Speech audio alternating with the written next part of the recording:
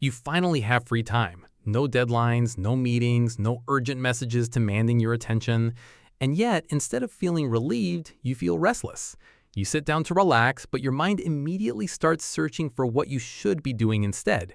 You check your phone, you open an app, you switch to another, you think about work, you remember an unfinished task. Somehow the evening disappears, and when it's over, you don't feel refreshed. You feel guilty. Have you noticed that? You wanted time off, you got it, but it didn't feel like freedom.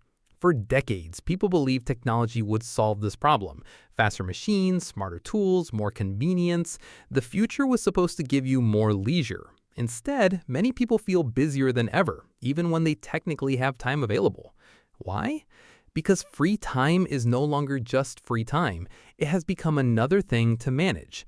You don't simply watch a movie anymore. You wonder if there's a better movie you should be watching. You don't read for enjoyment. You ask whether the book is educational enough. You don't go for a walk. You wonder if you should be listening to a podcast while doing it. Even rest has become productive.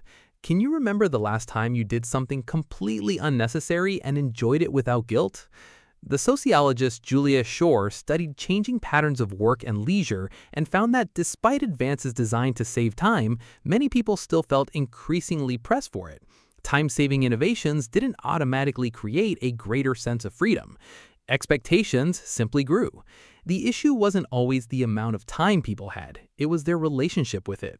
You live in a culture that quietly celebrates busyness.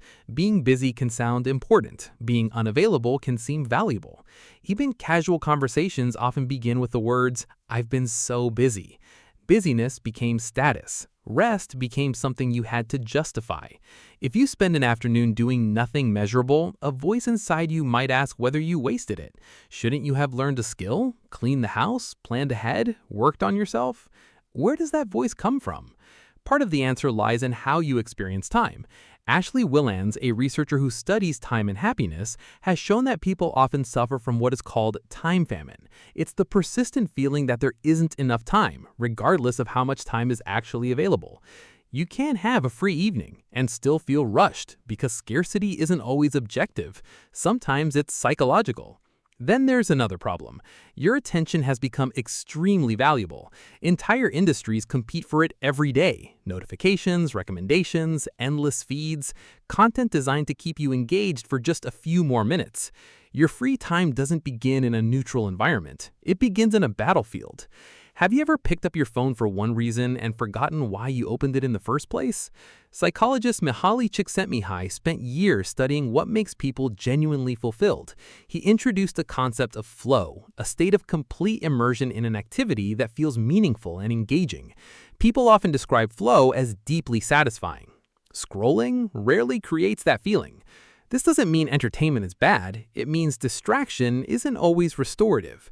You finish consuming content, but you don't feel renewed, because being occupied isn't the same as being replenished. This creates an unexpected paradox. You protect your free time, then accidentally lose it. You spend the entire week waiting for the weekend, only to spend part of it trying to decide how to use it correctly. The pressure to make the most of every hour can turn leisure into another responsibility. Barry Schwartz explored this idea through what he called the paradox of choice. More options often sound liberating, but too many options can increase anxiety and reduce satisfaction. What if you choose the wrong activity? What if something else would have been better? What if you're wasting your limited time? Suddenly, relaxation becomes stressful. You compare, you optimize, you second guess, enjoyment disappears. Then there are the unfinished tasks. Psychologist Bluma Zeigarnik discovered that incomplete activities tend to stay active in your mind. Unanswered emails, delayed decisions, unfinished projects. The brain doesn't like open loops. Your body might be resting, but your mind may still be working. That is why free time can feel crowded, not because your calendar is full, but because your attention is. Part of you is watching television, another part is planning tomorrow, another part is worrying about the future, another part is criticizing how you're spending the present. How can rest feel refreshing when your mind never fully arrives? There was a time when leisure had fewer expectations attached to it. People gardened because they enjoyed gardening. They played games because they were fun. They talked with others because connection mattered. Not because those activities improved efficiency, not because they could be monetized, just because they were enjoyable. What changed? Perhaps the better question is this: when did you stop giving yourself permission to rest?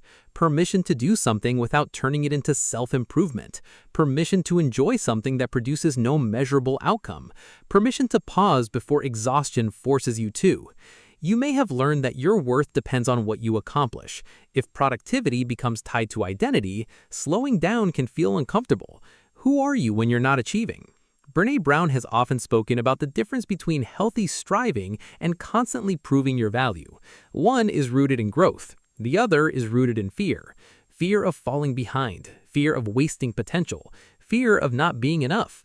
Fear doesn't always look dramatic. Sometimes it looks responsible. Sometimes it looks ambitious. Sometimes it looks like checking your email during dinner. The irony is that genuine rest often helps you become more resilient and creative over time. But if you only allow yourself to rest once everything is finished, you may never truly rest, because life is rarely finished. There will always be another task, another message, another obligation. So what if free time isn't something you have to earn? What if rest isn't a reward? What if it's a necessity? Neuroscientist Mary Helen Imordino-Yang has emphasized the importance of reflective mental states. Daydreaming, reflection, and moments of internal stillness support emotional well-being and meaning-making. Stillness isn't laziness. It serves a purpose. You don't have to optimize every experience. Some moments matter precisely because they lead nowhere. Conversations without agendas, walks without destinations, hobbies without side hustles, joy without productivity. Can you allow yourself that? Can you drink your coffee without multitasking? Can you listen to music without doing something else? Can you spend an afternoon simply enjoying being alive? These questions sound simple, yet many people struggle to answer them, because reclaiming free time means challenging the belief that every moment must justify its existence. It means recognizing that your life is not a machine designed for maximum output. It means understanding that rest is not the opposite of purpose. Sometimes rest is part of purpose. The next time you have an empty evening, pay attention to the pressure you place on it. Notice the urge to optimize. Notice the discomfort of doing less. Then ask yourself something important. What would this moment look like if you didn't have to earn it? Maybe you would read a novel. Maybe you would call someone you love. Maybe you would sit outside and watch the sky change colors. Maybe you would simply do nothing at all. Not because it's useful, not because it's efficient, but because you're human. You finally have free time. And maybe true freedom begins when you stop treating it like another job.